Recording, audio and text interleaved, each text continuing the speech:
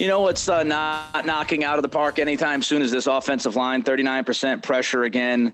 Greg, as you've mentioned countless times on this podcast, 30% pressure is high, 40% is likely a loss. You were at 39%.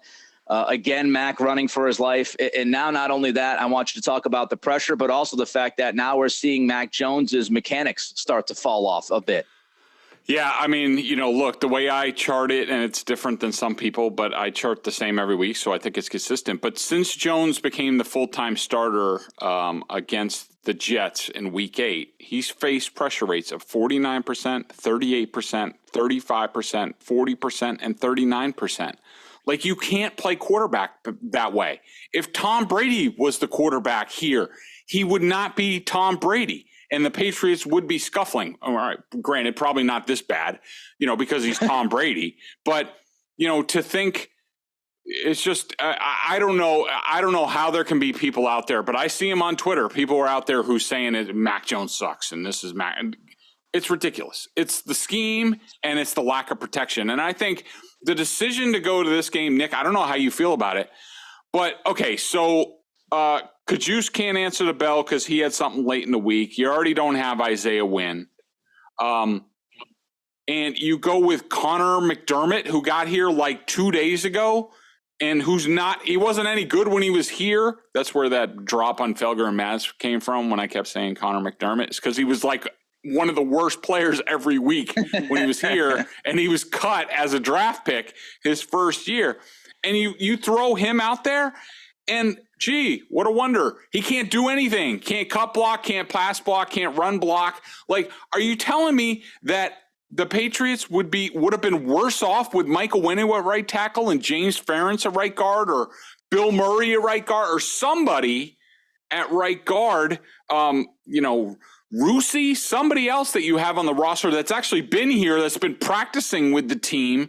Like, that's a joke. And I think that's another bad decision. I think all of this, between the pressure, the scheme, not doing what, is really in his best interest, and not getting good coaching during the week from Joe Judge because he doesn't know how to coach the quarterback position, Mac Jones has completely regressed. It's now bottomed out to the point where his mechanics, his throwing mechanics were all off in this game. They got worse as the game went on. And this is when you need, he needs to go to Tom House or something, or it's just going to get worse. Because in the fourth quarter, I had him for a bunch of, high throws. For the game, I had him for 7 poor throws in this game.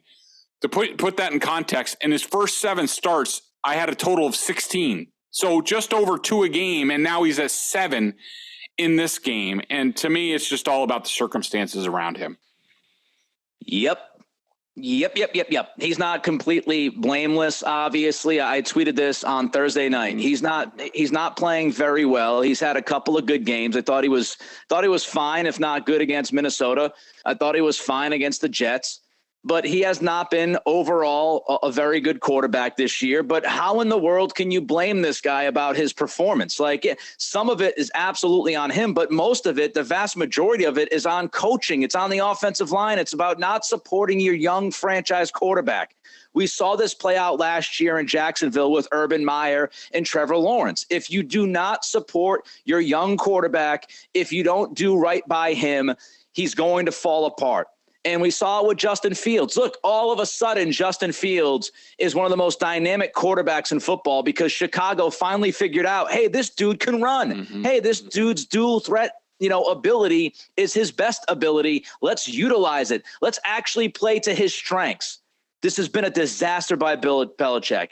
This offensive inadequacy, this regression of Mac Jones is 100% on Bill Belichick and the circus of buddies that he has coaching this offense. It's an embarrassment. It is a debacle, and he needs to be criticized from pillar to post the way he handled this thing. It is a joke.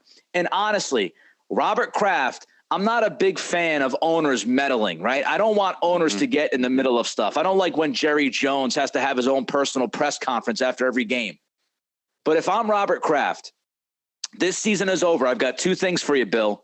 Number 1, bring in an experienced, smart offensive mind who can help bring back my young quarterback that you used a first-round pick on. Number two, if you don't win a playoff game, you're out. That's it. You've had a 3-year window. This is going into year 4 post-Brady. If you can't win a playoff game, if you can't get this thing straight, hey, look, I love you. I appreciate you. Greatest coach of all time. But now you're in your 70s and you're not getting the job done. And I have to move on. There are other guys out there that we can bring in if I'm Robert Kraft that can be a very good head coach, bring in a GM that's experienced, that can actually do that job as well, and start the new era.